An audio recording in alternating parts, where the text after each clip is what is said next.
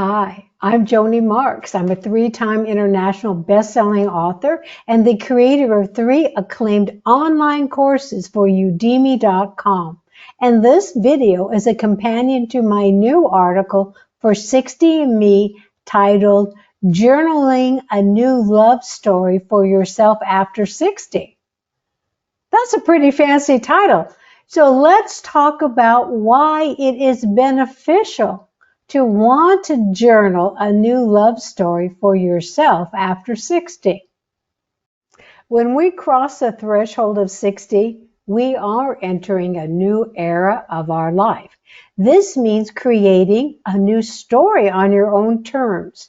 To do that means letting go of limiting beliefs and loving more of who you are. A large part of this is clearly understanding why self-love can feel uncomfortable at first. This is where journaling a new love story for yourself comes in. To journal a new love story for yourself begins with a deeper knowing about what self-love is and what it is not. With this newfound level of understanding, a shift in perception illuminates the path to sustainable love and happiness after 60. It also opens the door to your personal freedom in ways you may not have experienced before. What I want to show you and talk about next is why the idea of having self-love and appreciation for yourself seems so difficult and almost like, oh, I shouldn't be doing this. That comes from our upbringing, but let's talk about how to get past that. Although I've covered this area in previous articles and videos for 60andMe, I would be remiss to not speak about it briefly. Over the course of many generations, people who chose to cultivate a strong sense of self-love and engage in self-care practices have found themselves targeted with abuse and shame by people close to them. There is a reason for this. Self-love has been sold to us as something disdainful, almost being described as selfish and narcissistic and arrogant. Love is also feared, but deeply desired. This is because many people have been hurt or traumatized through experiences with love, but still deeply yearn for a loving relationship with others.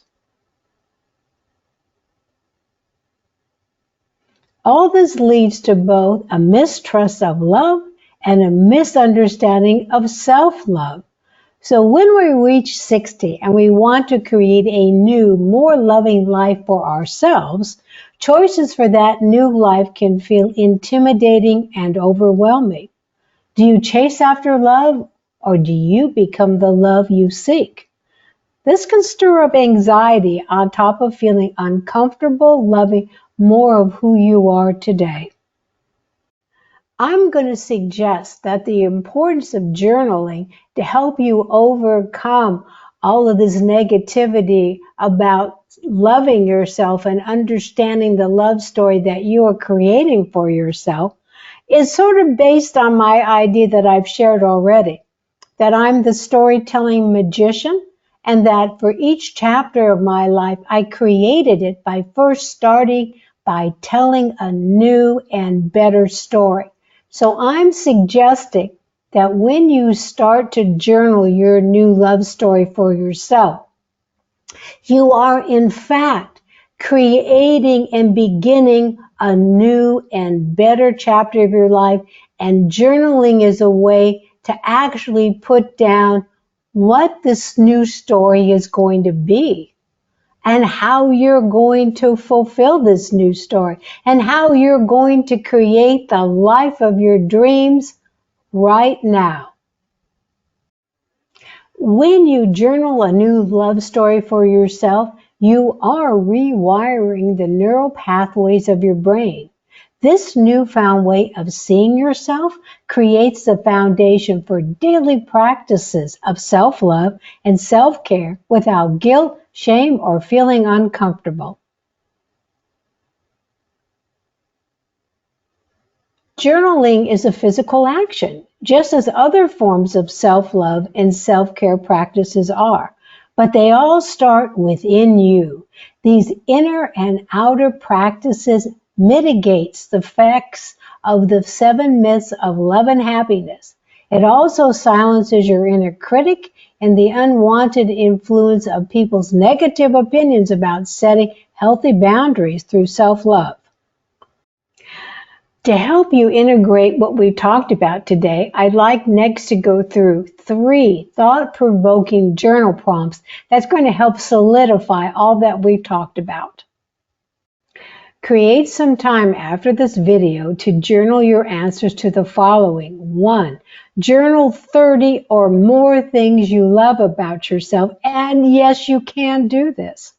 And 2, once you have that list, observe which of these areas you love that have been shamed by you or others in the past. And 3, journal self-love and self-care practices that in the past you refrained from doing, but you are now open and willing to engage in.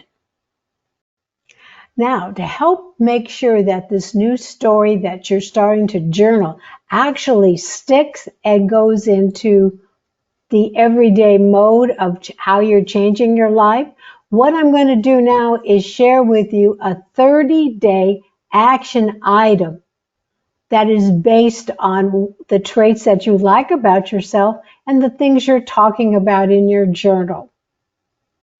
So here's the action item. Starting today, engage in at least one self-love practice daily for the next 30 days. Connect these practices to the 30 things you love about yourself that you identified in your journal prompts. Be sure to observe and journal how you feel over the coming days and weeks, paying close attention to positive inner and outer changes as you engage in this 30-day inspired action item. Thank you so much for watching this video, and if you haven't had a chance, please do read the article on 60andMe. And for more information on my online courses, especially Finding True Love and Drive-Thru, Make It Your Own, please visit udemy.com and type my name, Joanie Marx, in the search box. And until we meet again for the next video for 60andMe, I want you to remember every morning, look into your mirror, smile at yourself and say, I am my own best friend. For I came into this world to be myself. For that I came. Thank you and all my best.